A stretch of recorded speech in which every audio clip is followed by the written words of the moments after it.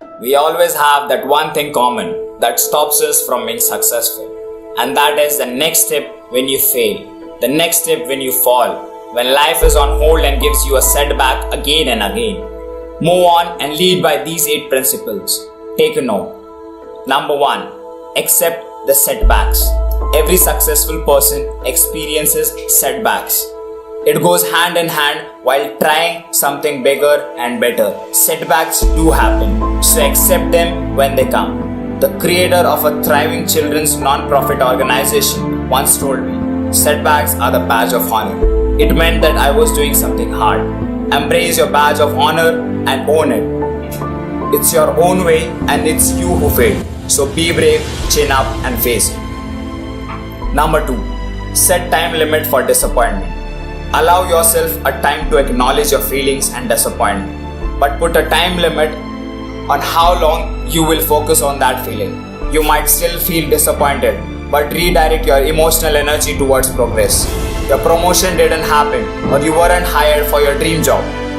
Accept your feelings as they are, and once you recognize it, ask yourself what next and now what. Number 3. Manage your blind spot.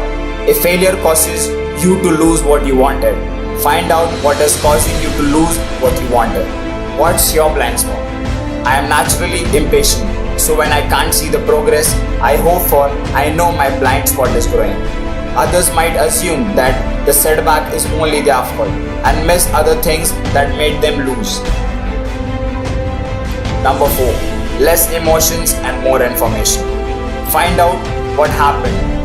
Was there a mistake or decision that created a change in the path to success? Be a researcher and actually write down what worked and what didn't. Write down the factors that created the setback. Was there funding? Was there enough interest? Seeing the facts on an empty paper won't make you realize the facts. Be your own initiative. Number 5. Focus on now what. In order to leap ahead of others, have a path, have a plan, have that motive. It will take time, but how much, that is something which you decide. Number 6. Think tomorrow more than next year. A change in path towards your dream can be confusing. When you have too many decisions to make, feeling confused leads to misconception, because doing nothing seems easier than making that moment a big decision. Instead, ask yourself, what can I do tomorrow or next week to make a progress? Start there.